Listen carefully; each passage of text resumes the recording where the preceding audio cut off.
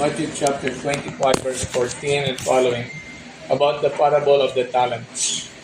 For the kingdom of heaven is as a man traveling to a far country, who called his own servants, and delivered unto them his goods, and unto one he gave 5 talents, to another 2, and to another 1, to every man according to his several ability. And straightway took his journey. Then he that had received the 5 talents went and traded with the same, and made them other 5 talents. And likewise he that had received 2, he also gained another 2. But he that had received 1 went and digged in the earth, and hid his Lord's money. After a long time the Lord of those servants cometh and reckoneth with them. And so he that had received 5 talents came, and brought other 5 talents, saying, Lord, thou deliverest unto me 5 talents. Behold, I have gained beside them 5 talents more. His Lord said unto him, Well done, thou good and faithful servant. Thou hast been faithful over few things, I will make thee ruler over many things. Enter thou into the joy of the Lord. He also that had received 2, and so on. Okay, so in this parable of the talents, I want to use it to illustrate something about the blessing of the Lord in our lives. Now, the Bible says that He gave them talents according to their several abilities. Now, when you call on the name of God, when you pray for help, then the Lord will answer. And most of the time, the answer of the Lord is that He will provide for you talent, or He will bless you through the talent or the ability that you have in life. That's why some, according to their ability, God can bless them.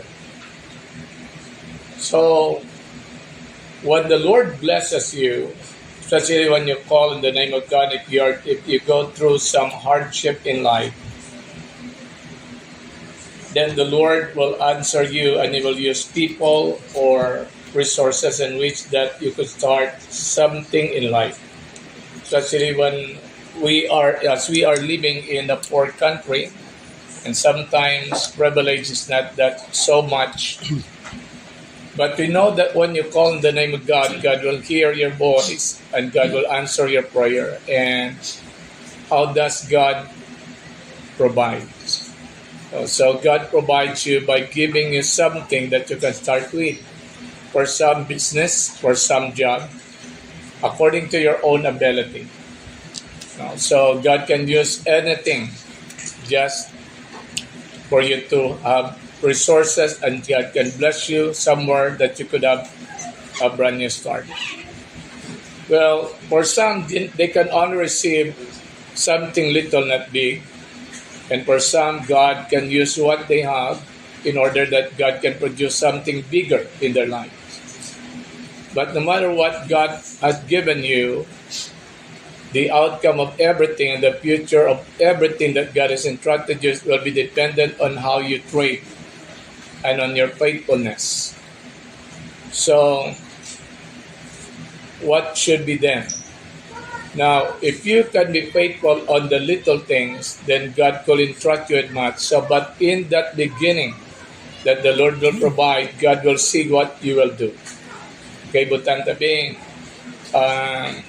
nag-start ka gamay lang nga bagay, kaya mo lang ang pwede sa imo, kaya hindi ka man pwede masaligan, hindi ka pwede may mo manager sa Diyos, pwede ka janitor, depende ko na nung pwede mo masarangan, kung ano ang imo na preparation in your own ability. Kung architect ka, pwede kay blessed in your ability in the field of architecture.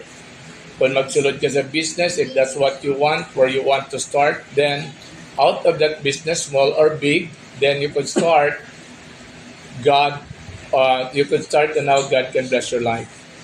Now, but the question is not that God has provided for you or God will provide for you because God answers. So, ang Ginoo nagasabat, suno sa iya nga pwede mo provide sa imo, and sometimes suno man sa imo ability, kag sunod sa level sa imong pagtuo. But after God will provide for you. Okay? The Lord will watch over you on how you can be entrusted by God. That's why you need to be entrusted of the Lord in order that God could trust you more. But that blessing or that start that God has given you is the starting point on how God can bless you. That's why you need to be found faithful and you need to honor God in what the Lord has provided for you, in order that God could go and be with you in the starting point on how God blesses your life. If in your beginning, in God's answer to what you have asked of the Lord by God providing you, if you will not be entrusted by the Lord, you might lose it, because there's a time that God is judging what the Lord has entrusted you. That if you're been faithful in the little thing, then God will give you more. But if you're not faithful, then God will take it away from you. So we need to be found faithful and trustworthy to what the Lord has provided. In the talent that God has provided you according to your own ability. It's good if you have the ability to start something big. Butanta, may abilidad ka nga nakastart ka, may kapital ka dako, start ka biya mo na sa ginatawag nga buy and selling, sa ginatawag nga salakyan. Iban way sa nga mo sina, iban way abilidad sina, iban lain ang ilang ability. So kung ano ang imo nga abilidad, ano masarangan mo, dira na siya ma-start ng Diyos. Dira siya mabukas that God can bless your life. No matter how small it is, no matter how big it is, the first thing that God wanted you to do is to honor God in every blessing. Because the way you honor and to be found faithful in the Lord, in the thing that God has provided for you, will determine what God can do next. Okay? So that's why kung may ginatag si Lord sa imo, gintaga niya ka biobra o gintaga niya ka negosyo, tatapon mo maayo. Okay? Take good care, dress and keep the garden. Okay? You need to know how to manage, you need to learn on how to be trusted, you need to learn to manage faithfully and to be trustworthy that what God has provided for you, you're worthy for the next level of the breakthrough or promotion. Kinanglaman na sining sa Bible, prepare yourself without, make it fit to the field, and then build your house. So you need to value the blessing. You need to learn on how to manage the blessing of the Lord. Okay, ang iban pwede masaligan duha, iban tatlo ability nga pwede sila masaligan, nga pwede sila mabless ang Ginoo. May iban hindi sila kasarang duha, magtatap tatlo or apat, iban isa lang pwede sa ilan. So ano man na siya kagamay, ang Diyos way nagasiling sa imong ati, isa lang masarang way waay ka. Kung ano lang masarangan mo, dira ya kay bless. Pero in that beginning of your life, again, what determines is your faithfulness on that thing.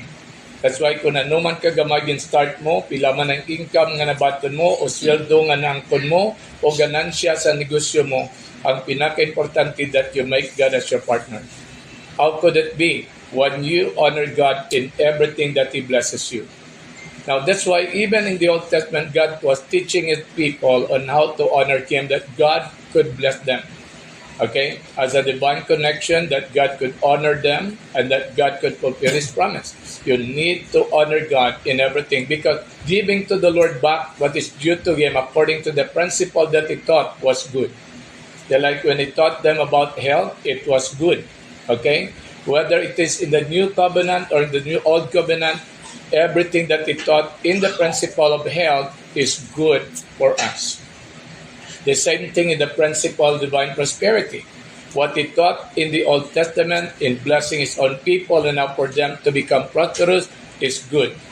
Okay? That's why even the covenant, when you apply it, it will always bring something good in your life. And you can be trustworthy of the Lord in order that God could do more about your life if you know how to manage the blessing of God. Okay? So, when you are starting something, okay, butanta na nga muyo ka, ang Ginoo masabat ginaya basta determinado ka man doon at hindi ka maguntad sa pagpangamuyo. No, sa isang babae nga nag-cry out da sa evil judge niya, amo nang gitudlo yan na that you will not faint but you will not but you will continue to pray. Because when you pray, God answers. He said, I will come speedily. For you are able now to give good gift to your children, how much more your Father, and He give good things to those who ask Him. Amo na nga bisan ano pa na kung anak ka sa Diyos, ba't naman na wag ka may sabton ginang Diyos. Pagngita, gina sa agi. Sa di na sa maagi sa imo ability. Hindi ka pwede mo na bless sa isa kabagay, hindi ka kabalo, hindi ka sarang, hindi ka qualified, like hindi ka pwede may mong abogado o lawyer kung wala ka nakaskwela sa law. Hindi ka pwede mo na ma-bless as a doctor if you did not have the qualification to become a doctor. You need to have the ability. So ano man siyang ability nga sa imo, iban ang ilabilidad way pa mapagwa. You have so much ability inside that you not why mo pa ma-bring out because why ka matagan opportunity or challenge in life. Ang iban uli na lang discover nga muna sila gali, may kasarang sila magimo sina, talented sila gali sa design or whatever, uli na lang kung gisa. But most of the time, God will respond to you and will bless you in your ability. Okay? Kung engineer ka, diraya ka man i-bless amo na in that way. Kung may ara katatalan sa ginatawag entrepreneur or real estate or whatever, God will bless you according to your own ability. Now, may ban sa inyo nag-start ka mo nga dako. Si Jake nag-start gamay. Si Michael nag-start gamay man. Si Butch nag-start ni sayang sang nga may ara sa maybe mo na may ara sa ginatawag construction.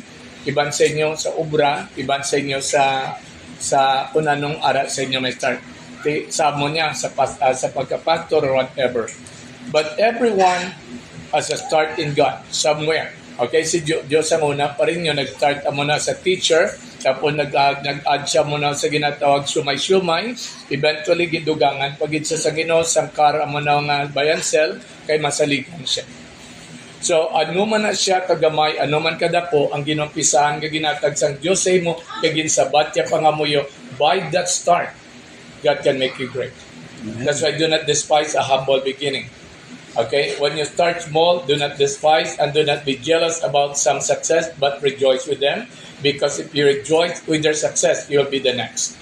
You need to focus on what God is doing in your life. Do not compare yourself with other people. Just learn from what the Lord has done through other people. But always be grateful, always praise, always honor, always believe. Okay? So, because bisan ano na siya kauli ka, bisan ano kagamay, kung sige-sige ka, kag masaligan ka, makibot ka, God can make you great even just in a single day. He can turn around every situation. He could make all things wonderful and possible in your life. Okay? So, ang question ni Juan, diin nag-start ang Diyos sa kabuhi mo in the area of the blessing. Okay? Diin siya nag-start when you call, when you ask, Lord, help me. Lord, I need you. Lord, direct me. Diin siya nag-start. Kag kun ang Diyos nag-start sa imo in that place. No? Kung dira man siya nag-start, okay? Tutumi na siya. Kag kilala hada ang Diyos. Let God be with you and let the Spirit of the Lord go with you in the blessing God has started in your life because God will bring you into your marketplace. Amo na silin ni Moses mo, silin sa Ginoo kay Moses, I will be with your mouth and I will go with you.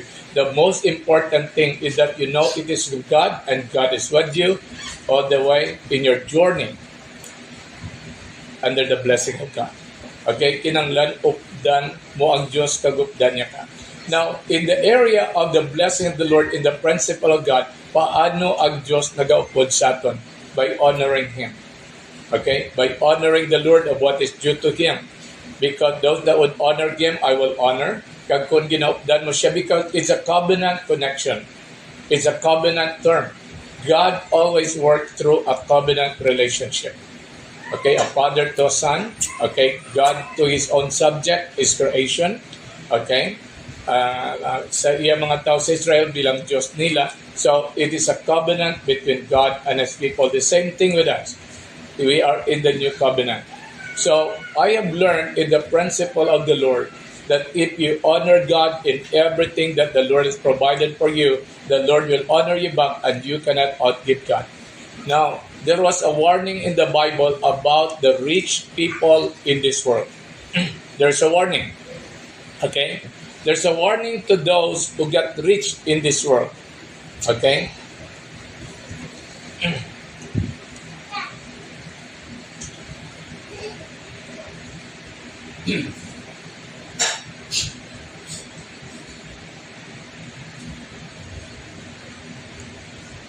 Now the Bible says in 1 Timothy 6:17 to 19, charge them that are rich in this world.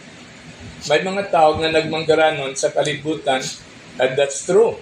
Okay? There are those that they get rich without God or whatever. But to those that get rich, okay, especially in the Christian world, charge them that are rich in this world, that they be not high-minded, nor trust in uncertain riches. Now, number one, he said, charge them or warn them that they should not be high-minded. Okay? Di magdakong ulo, trust not in uncertain riches. Now, ano man kamanggaran sa taos kalibutan, ang kwarta na hindi mo na masalikan. Okay, kaya kwarta sin sa Biblia, ginatuguan pakpak kag magalupad. Kung gisato na kay doktor namin, patay naglis namin, no? Okay, so, charge them that are rich in this world that they should not be high-minded nor trust in uncertain riches. Always remember that no matter how wealthy you are, that money is uncertain. Okay? It cannot be taken away and you can multiply. God is the judge. You need to learn on how to be entrusted with wealth in order that God could entrust you more. Because if your character on money is not good, eventually it will be taken away from you. Pila ka mga sindiro nga sang una, grabe manggad sa uli na puto, kaya nga because they cannot be entrusted of wealth. Their characters, their manners, or even their children sometimes. Okay. Always remember that money is uncertain. We cannot trust on money. Abisan pila pa na ka milyones, bilyones, kwarta mo, sa subong hindi mo na masalikan kay ang tanan nagaliwat. Only the Word of God remains forever. All is changing all the time. Okay, ang tanan nagataliwan mo, ang tanan o putod naga-change. Isa lang yun ang hindi mag-change, ang tulong sa Ginoo. That's why put your trust in God and His Word. Jesus said, if you abide in me and my words abide in you, you can ask anything as you will and it shall be done unto you. Don't put your trust on uncertain riches. Don't ever put your trust on uncertain riches. Don't ever put your trust on people. You can only put your trust in God and the Word of God, and you can be assured when you put your trust in those things. Why ka na sang iban nga pwede saligan, Diyos kagya pulong, may iban ka nga saligan, hindi na masaligan. Bisan ang bato, hindi mo na masaligan. Everything nagaliwat. Ang negosyo, subong masaling ka mo na, grabe gina, hindi mo na masaligan. Basi subong, okay na. 20 years from now, basi lay na. Okay? Sa muna ang ginatawag nga magsiling ka long distance. May operator pa na, sili mo, grabe gina nga obrang operator. Sa muliya mo na, why kinanglan operator, galiwat ang tanan. Okay, you cannot trust on uncertain riches. You cannot trust on anything in the world. Only in God. That's why make sure that you found your life on the Word of God and you put your trust in the Lord. Okay, for He will trust in put your trust in the Lord. Happy are they. They cannot be shaken. They cannot be moved. For heaven and earth may pass away, but the Word of God will remain forever. That's why don't live your life based on the natural system, on your own natural idea, but base your life according to the teachings of Christ. And you will never be shaken. Okay? You need to put your trust not on uncertain riches, nor trust in uncertain riches, but in the living God. Salig kay gidya sa buhi nga Dios, o giveth us richly all things to enjoy. No? Nagatag sa ton nga maalwang sang tanan nga butang para kita malipay.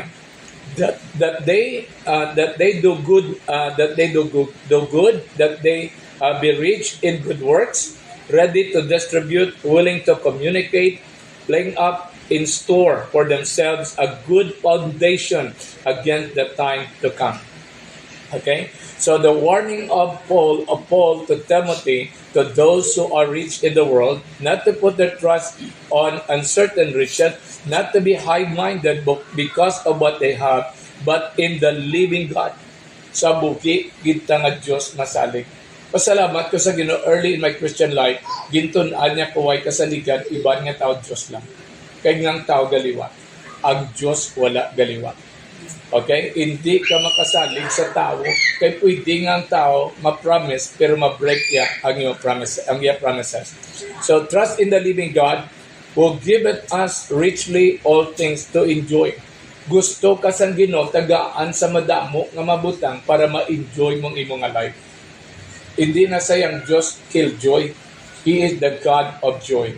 Kakun sa iya katudtod masalig, ang ginapangita mo nga stability kag joy, ara na sa iya, kag siya na sara makatag, that cannot be taken away from you. Manat na lay up for yourself treasures in heaven. Why moth or rust or thieves nga makabreak in or steal? Okay? Because the way of the Lord is eternal and established that cannot be moved. Okay? So that's why put your trust in the living God. In what way? By believing His word and applying the principle. Okay, it was tested and proven from generation to generation that the word of God is true and established. Okay, so giving richly all things to enjoy, that they do good.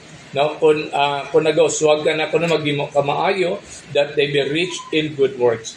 Maggaranon ka sa pagimo sa mga kayuhan. Ready to distribute, willing to communicate, no? Willing magbulig, willing muna, laying up in store for themselves a good foundation. Okay? Ginatudlo ni San Pablo, lay ka foundation. Now, lay ka foundation. What does it mean? You need to build your craft early in your life, that you could lay up a foundation against the time to come. Kaya may ginatawag nga evil time mo, may ginatawag mo na nga darkest moment. Ang life ng tao, gaagi, ginatesting, may mga trials, ginaagyan. Kung mag-abot ang testing or trial or El Nino, La Nina, o mga pandemic, o kung economic crisis, ang pamangkot, are you founded upon the solid foundation, that in the time of evil, you will not be affected. Kinanglan we need to learn on how to make a preparation that in the future will not be affected when evil time comes. No? Mag-abot man ano nga season, kung sa natural for season, may tigtulog na ilin, muna sa ato niya ti, rinig kag summer. Okay, ano man nga season, dapat wala ka gakapiktuhan. But instead, in every season of your life, it leaves you a blessing. Ang rainy season na yan, nagdala sa imo blessing. Okay, kung ang imo nga negosyo, halo-halo, hindi ginaguro magdala sa mayo nga blessing sa tigululan. So, i-divert nung ang negosyo mo sa lain eh. Okay, so, kung mag-abot ang season sa life, auto dapat nag-live na siya blessing. Waay na siya ginalaw sa Ginoo ang mga season to rob you away from the good thing that God has for you. But there's always something good in every season, even in the time of darkness. Okay, sino nga mga tao nga nabiktima sang time sang pandemic, pero pila ka tao nagmanggaranon tungod sang pandemic. Ang pandemic nagdala blessing sa ila. Okay?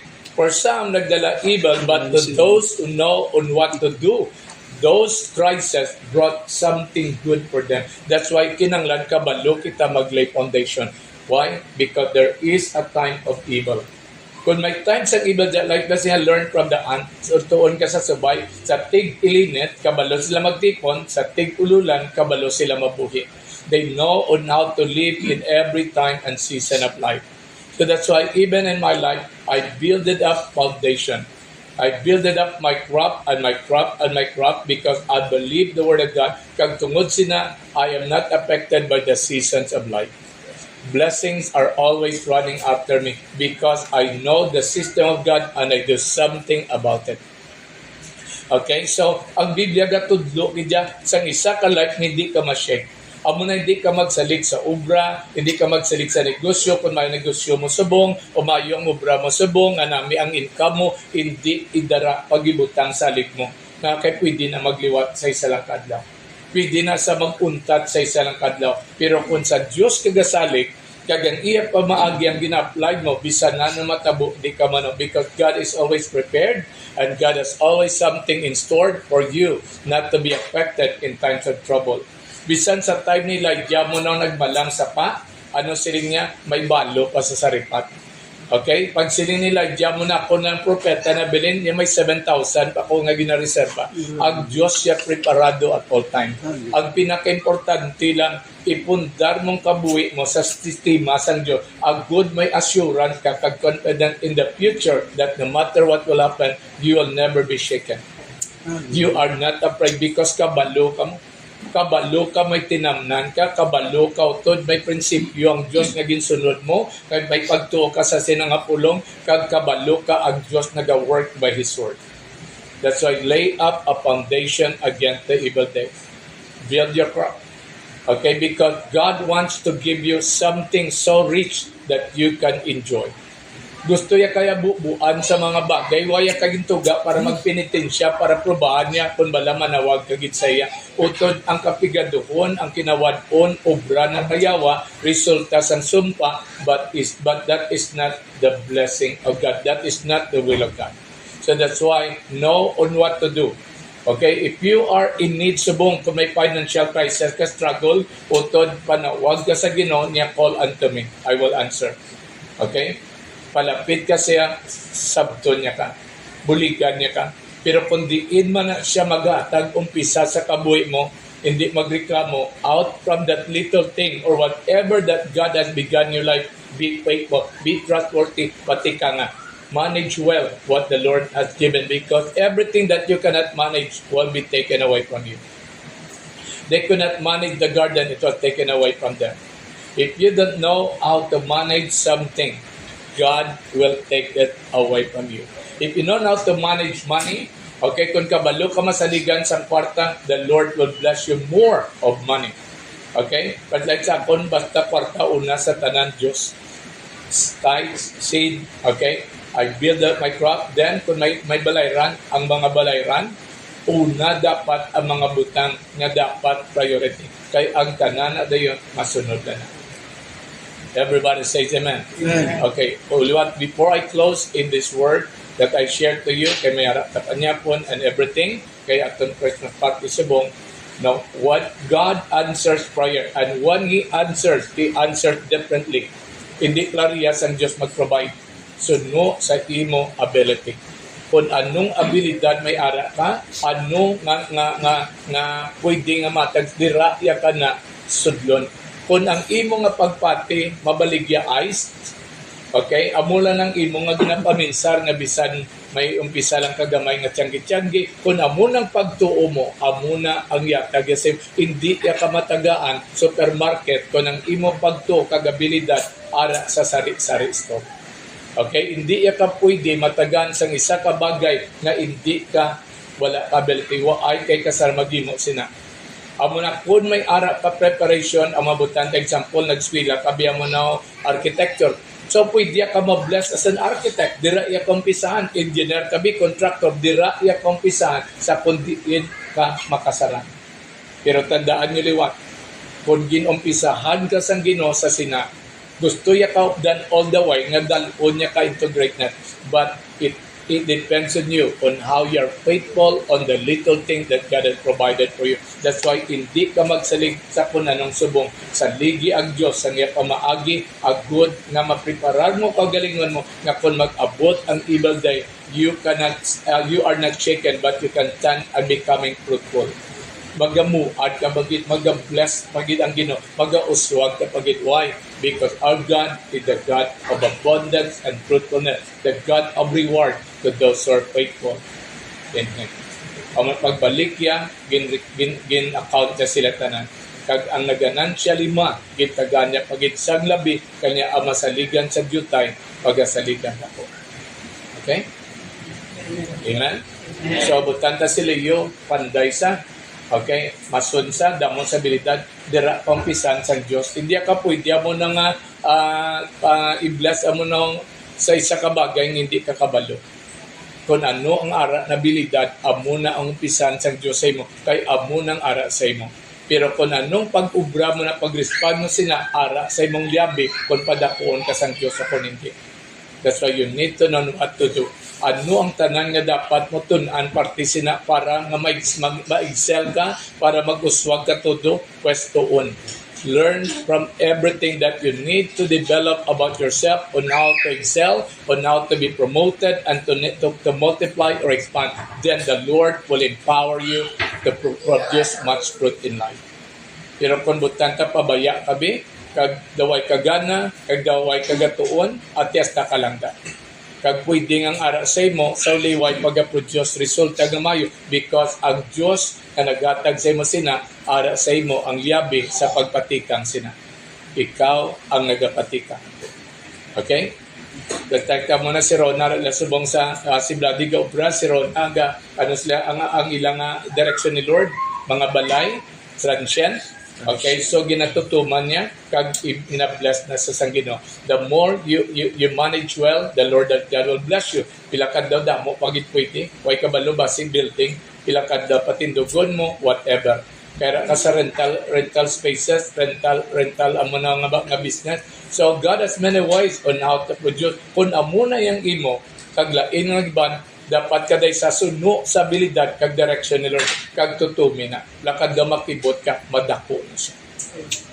Amen. Si Michael yan sa mga guma kag sa vulcanizing aradang iyang skill dira sa gina-bless kag nag-expand nagamayo dugay-dugay pwede na sa mag-multi-millionaire according to your ability. Pwede na? Okay, so that's why kung anong may ara ka kilala kag tutumi pati ka nga hindi pagpabayo. Diyan kay Joe Padilla, pharmaceutical. Dako na siya katama. Ang problema, pag-assign sa pastor, medyo way matapan mayo.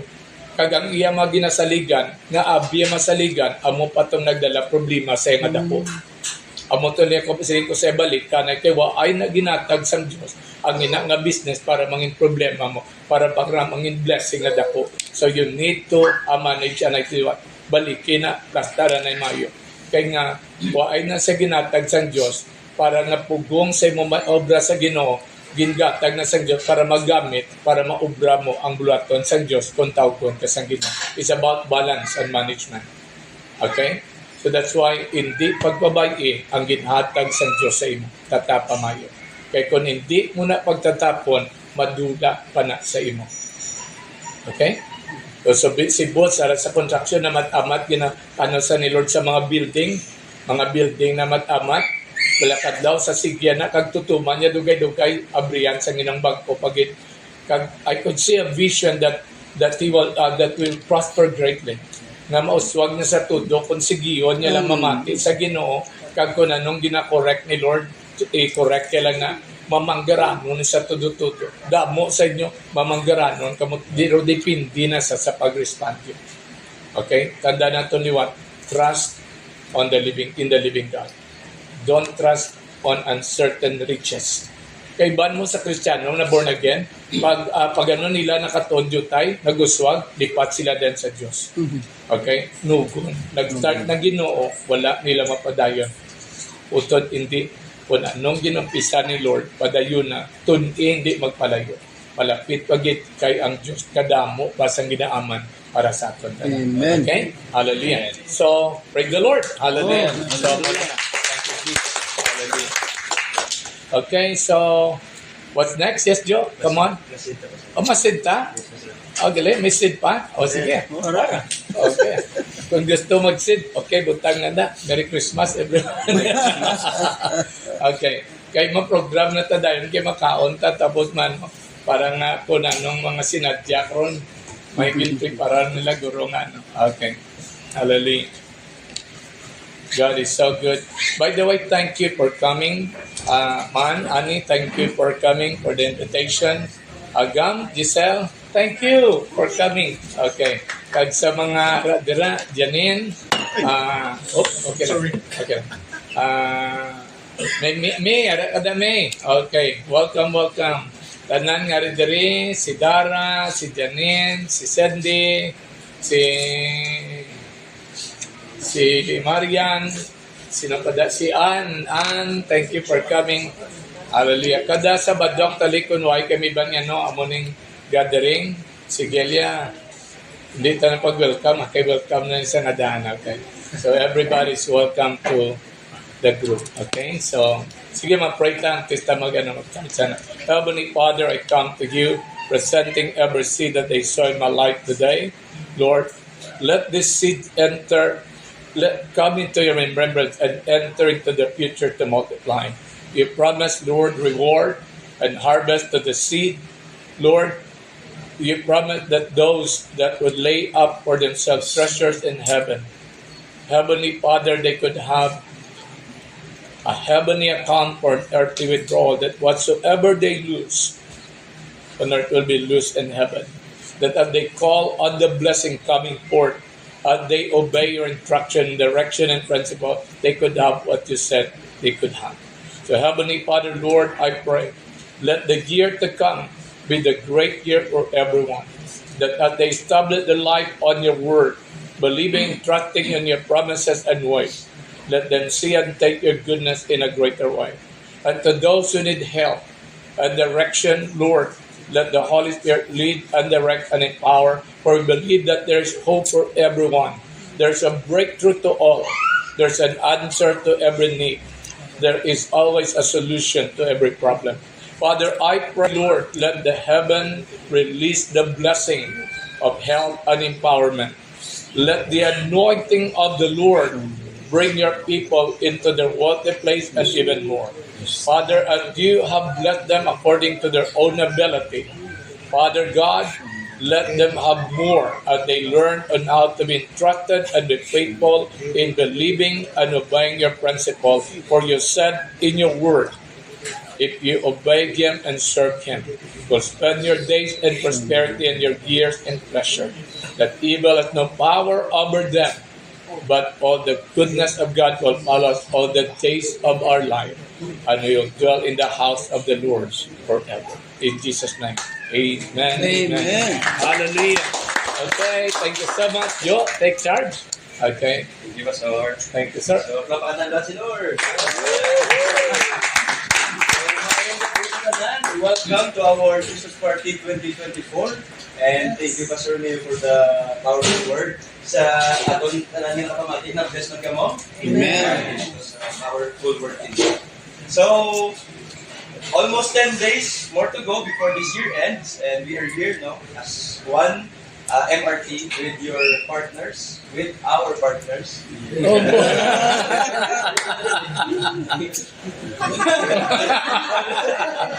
Okay. To celebrate Christmas sa Amen.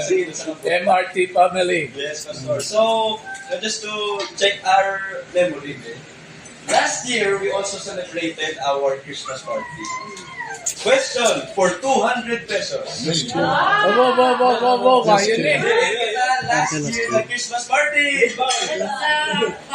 Oh, Complete. Complete, no? Red barn? Yes, sir. It should be complete. Yes, Dina? Red Barn Tantaw.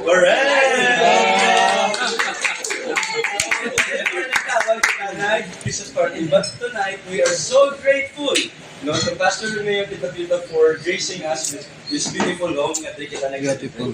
Amen? So we will have games later on, but tonight we will have early dinner. And before we eat, may I request Tita Hyacinth Samigo to lead us to pray.